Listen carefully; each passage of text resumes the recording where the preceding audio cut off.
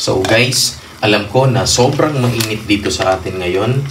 Alam ko na gusto nyo ring ma-refresh mga kaibigan. So guys, gagawa tayo ng refreshing drink. Menu Magic Melon Drink. Okay? So mabilis lang po ito mga kaibigan. Tapos konti lang yung gastos natin. Mare-refresh ka na. Alright?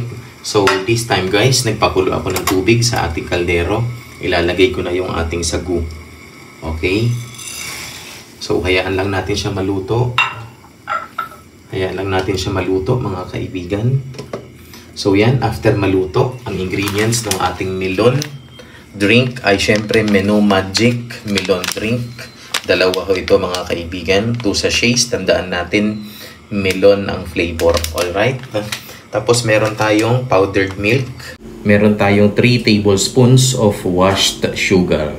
Tapos meron tayong condensed milk, 2 evaporated milk na maliliit. Tapos syempre meron tayong all-purpose cream. Tapos meron tayong distilled water mga kaibigan.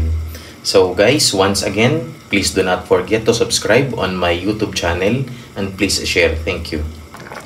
So guys, ito na yung ating sagu. Malapit na siyang maluto.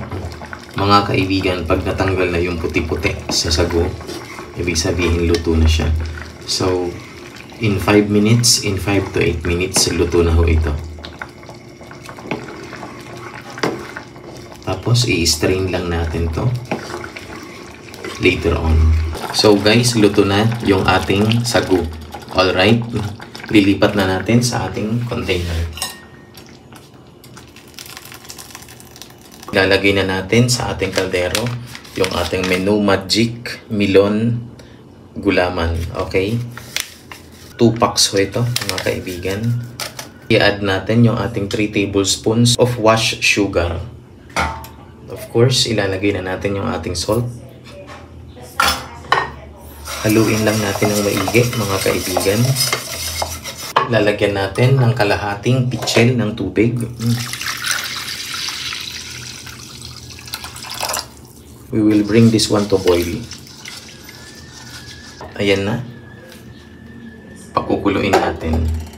Nasa boiling point na yung ating Menu Magic Melon Gulaman.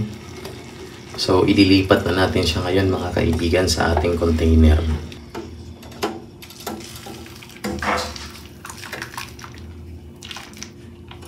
So guys, hintayin lang natin ito na tumigas. So guys, ito na yung ating gulaman. I-slice na natin into cubes. Ang ganda ng kulay niya mga kaibigan, mabango. Amoy melon. Very refreshing. I-slice lang natin into cubes. Small cubes. Tapos syempre, isang pasada. The color is close to pink salmon. Color lang naman mga kaibigan. But of course, is gulaman. Very refreshing ho ito. Pwede rin ho itong pagkakitaan. So guys, I hope na magustuhan ninyo yung ginawa ko sa video na ito. So guys, maglalagay na ako ng isang pitsil na tubig. Mag-add ako ng isang bote ng Fit and Right mango flavor. Ilalagay ko yung ating sagu.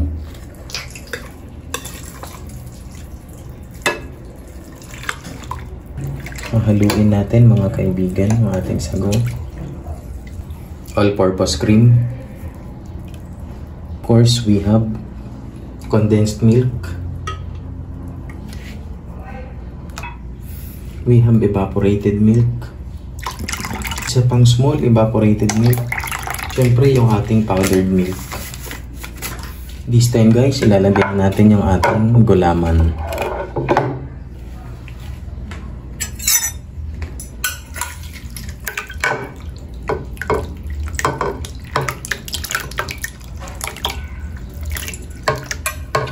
So guys, ito na yung ating melon gulaman drink.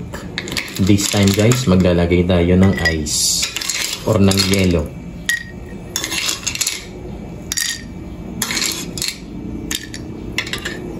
So guys, ito na yun. Very refreshing. Ang ganda ng kulay.